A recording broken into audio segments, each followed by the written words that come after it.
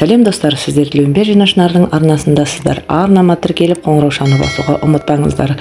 Бүгінгі видеода үй жағдайында бөлме гүлдеріне арналған тыңайтқыш жасайтын боламыз. Ол үшін бізге 1 литр жылы су, 1 шай қасық құрғақ аштқы, 1 шай қасық шекер қосып үшеуін жақсылап тұрып араластырып, 2 сағатқа жылы жерге қойып қоямыз.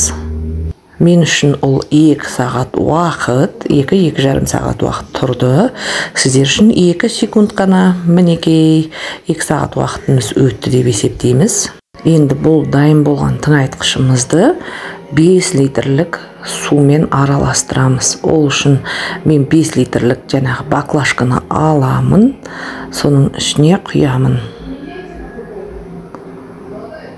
Міне, осы 1 литр суымды құйып аламда, осы 5 литрлік баклажка толғанша қалғанын сумен толтырамын. Дәл осы аштқымен жасалатын тыңайтқыш түрі бөлме гүлдерінің жасыл жапырақтарының тез өсіп жетілуіне күшті көмектеседі. Стимулятор роста дейді ғой. Сондықтан бұл дәл осы тыңайтқышты жылына 2 мезгіл ғана жасаған жеткілікті. Ерте көктемде және күз уақытында. Қайта жасап, бұны гүлдеріңіздің тамырын шіртіп алмаңыздар. Және дәл осы тыңайтқышты құяр алдында гүлдерді әдемілеп суарып қою керек. Дымқыл топыраққа ғана тыңайтқыш құю керек. Сондықтан осы тыңайтқышты 2 сағатқа қояр алдында гүлдерімнің барлығын әдемілеп суарып алдым. Енді мінекей 2-3 сағат өткеннен кейін гүлдерімді дымқыл почваға, топыраққа жаңағы тыңайтқыштарымды құйып шығамын. Мынау менде мадагаскарский жасмин, стефанотис деп айтылады. Бұны осы гүлді және мына декабрис гүлдерін қайта орнынан қозғауға болмайды. Сондықтан бұларды мен мүлде орнынан қозғамаймын десем де болады.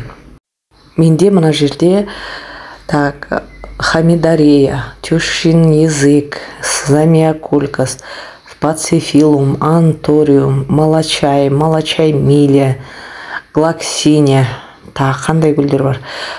Орхидея, герань, аксалис, пепероми, үшім үйде қандай бөлме гүлдері бар, барлығын осы тыңайтқышпен суарамын.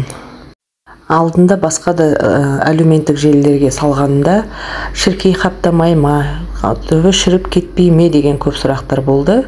3 жылдан асты осы гүлдерді суарып жатқаныма, жылына 2 рет өте жақсы әсерін тигізуде, ол жапырақтарының өсуімен маған көрсетуде. Сондықтан жасап көріңіздер, сұрақтарыңыз болса комментарийға қалдырып, өздеріңіздің үйде жасайтын тыңайтқыштарыңызбен комментарийда бөліссеңіздер болады.